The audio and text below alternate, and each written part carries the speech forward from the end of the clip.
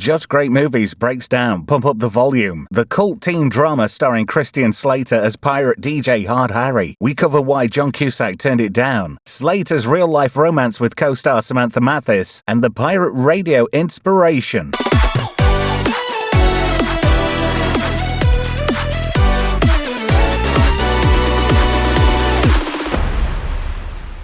In 1990, before every angry bloke with a webcam could broadcast his grievances to 6 continents, one painfully shy teenager found a microphone, hijacked an FM frequency, and became the most dangerous person in suburban Arizona. His equipment filled a basement. Today, that same job requires a phone and an internet connection and an alarming amount of confidence.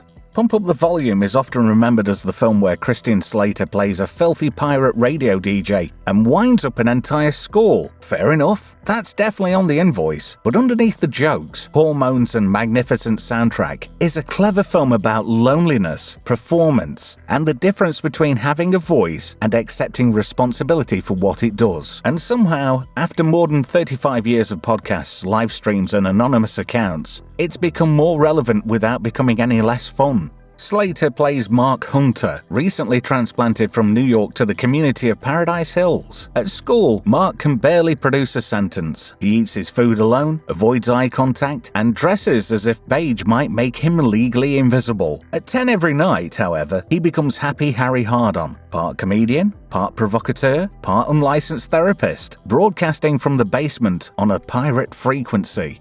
The transformation is the film's masterstroke. Hard Harry is not Mark's secret true self, fully formed and waiting to escape. He's a character Mark has built because, being honest, under an alias feels safer than saying hello as himself. The voice is lowered, the language sharpened, and every nervous thought converted into theatre. He can speak to hundreds of strangers because none of them can look back. Christian Slater makes those two versions of Mark feel physically different. In daylight, his shoulders fold inward and his words arrive in damaged little parcels. Behind the microphone, however, he prowls, dances, and attacks a sentence like it owes him money. Slater described the role as a Superman arrangement, meek on the outside, heroic within. The comparison is right. Slater had just detonated his nice boy image as the murderous JD in Heathers. Pump Up the Volume uses the same dangerous charisma, but points it somewhere more humane. Hard Harry sounds capable of burning down civilization. Mark is frightened of speaking to a girl. Slater never lets one half erase the other. The swagger is armor, not a personality transplant.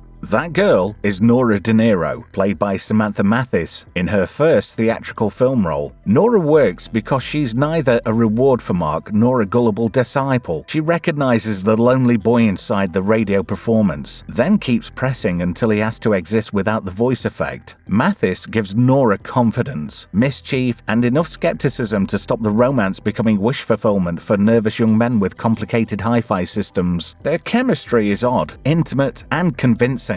Nora is attracted to Harry's nerve, but interested in Mark's fear. She understands that the broadcast persona is exciting precisely because it costs him nothing at first. The relationship forces Mark to discover that private honesty is harder than public rebellion. Thousands may hear a radio confession, only one person can answer it. Writer-director Alan Moyle gave the film an unusually dark foundation. His earliest version was called Radio Death and concerned a teenage broadcaster announcing that his final show would end with his self-ending, only to realize that talking kept him alive. Moyle drew partly on a schoolmate from his Quebec childhood who anonymously printed anti-school pamphlets in his basement. The boy later died, unfortunately, a loss that stayed with the director. Moyle took inspiration from Britain's offshore pirate radio stations of the 1960s. That mixture explains the film's peculiar energy, romantic rebellion wired directly to genuine despair. It knows that a joke can be a distress signal wearing novelty trousers. The project traveled through several identities on its way to the screen. Producer Sandy Stern remembers reading a 45-page treatment called Lean on Me, while Radio Death belonged to the bleaker conception. Pump Up the Volume was meant to be a temporary working title, sort of borrowed from the 1987 Mars hit, even though that record is never heard in the movie. Early publicity made the name familiar, so the producers kept it. A film about rejecting packaged identities reached cinemas under the label that happened to test well. Hollywood satire occasionally writes itself. The self-ending of listener Malcolm Kaiser is where the story earns its seriousness. Malcolm calls Harry because he's isolated and desperate. Mark talks to him, but he can't save him. The film doesn't lazily blame the broadcast, nor does it pretend words are harmless. Mark has created a community without understanding that communities produce obligations. When his listeners treat Harry as an authority, his performance acquires consequences he never requested but can't simply reject. That point gives Pump Up the Volume more weight than its corrupt school plot strictly needs. Principal Crestwood is quietly removing difficult or underperforming students to protect the school's test results. It's institutional fraud dressed as educational excellence. Improve the numbers by discarding the people who damaged them. The scheme is broad enough for a teen movie, yet believable enough to remain unpleasant. The adults aren't all cartoons. Mark's dad genuinely wants to help, but his career as a school commissioner makes him part of the system Harry attacks. Ellen Green's writing teacher, Jan Emerson, actually listens and encourages candor, then discovers that an institution praising free expression can become remarkably delicate when somebody expresses the wrong thing. The film's target is not adulthood, it's authority that values appearances over people. Annie Ross makes Crestwood especially effective because she underplays her. Ross wasn't merely a character actress, she was an influential jazz vocalist. Her principal doesn't hiss or twirl office stationery. She manages reputations with professional calm, which is considerably nastier. Moyle initially wanted John Cusack as Mark, seeing a darkness beneath his approachable screen presence. Cusack declined after Say Anything because he no longer wanted to play high school students. Christian Slater read the script, met Moyle and producer Sandy Stern, and committed during their first lunch. An unusually painless piece of casting for a film whose lead has to carry long monologues alone in a room. Financing was less tidy though. A proposed deal with Island Pictures collapsed after the company wanted Malcolm's implied homosexuality removed. Moyle and Stern refused. New Line eventually backed the picture, already fluent in young audiences through A Nightmare on Elm Street, and soon to score another hit with Teenage Mutant Ninja Turtles. Principal photography began in November 1989. Paradise Hills, Arizona was largely played by Sagas, California, with Sagas High School becoming Hubert H. Humphrey High. Mark's basement and the listeners' bedrooms were studio sets in LA. Cinematographer Walt Lloyd had just shot Sex, Lies and Videotape, and his intimate camera gives the bedrooms an important texture. These are separate little islands connected by one illegal signal. The production sounds almost suspiciously happy. Cast members carpooled, stayed to watch one another work, and socialized after filming. Moyle encouraged improvisation, though Slater preferred to learn the written monologues precisely. His reported preparation ritual was a bowl of bacon soaked in maple syrup while studying the day's pages. Nutritionists may wish to leave the room, but the dialogue clearly entered the bloodstream. New Line founder Robert Shea reportedly called the first rough cut unreleasable. His own young daughters, standing behind him, signaled to Moyle that he should ignore their father. Additional material improved the connective tissue, test screenings went well, and the supposedly unreleasable film went on to win the top audience prize at the Seattle International Film Festival. Then there's the music, which doesn't decorate the film, it explains Mark. His theme is Leonard Cohen's Everybody Knows, a song so dry and cynical it sounds as though optimism has been detained for questioning. Shea thought Cohen's recording was too gloomy, so music supervisor Kathy Nelson commissioned Concrete Blonde to make a more accessible cover. Shea eventually relented. Cohen's original stayed throughout the film, while Concrete Blonde's version powered the climax. The soundtrack catches alternative culture immediately before it became a marketing department. Pixies, Sonic Youth, and Soundgarden sit beside Ice-T, Above the Law, Cowboy Junkies, Bad Brains, and Henry Rollins. The film even uses Scenario, a rare Beastie Boys track that never officially released. Music licensing later became one likely obstacle to an easy digital release. When your film's built like the world's angriest mixtape, every song arrives with paperwork. The original score is by Cliff Martinez, early in the composing career that would later include Traffic, Solaris, Contagion, and Drive. Before scoring films, he had drummed up with Captain Beefheart and the Red Hot Chili Peppers, so he understood rhythm without turning every emotional beat into an announcement. His electronic cues lived between the records,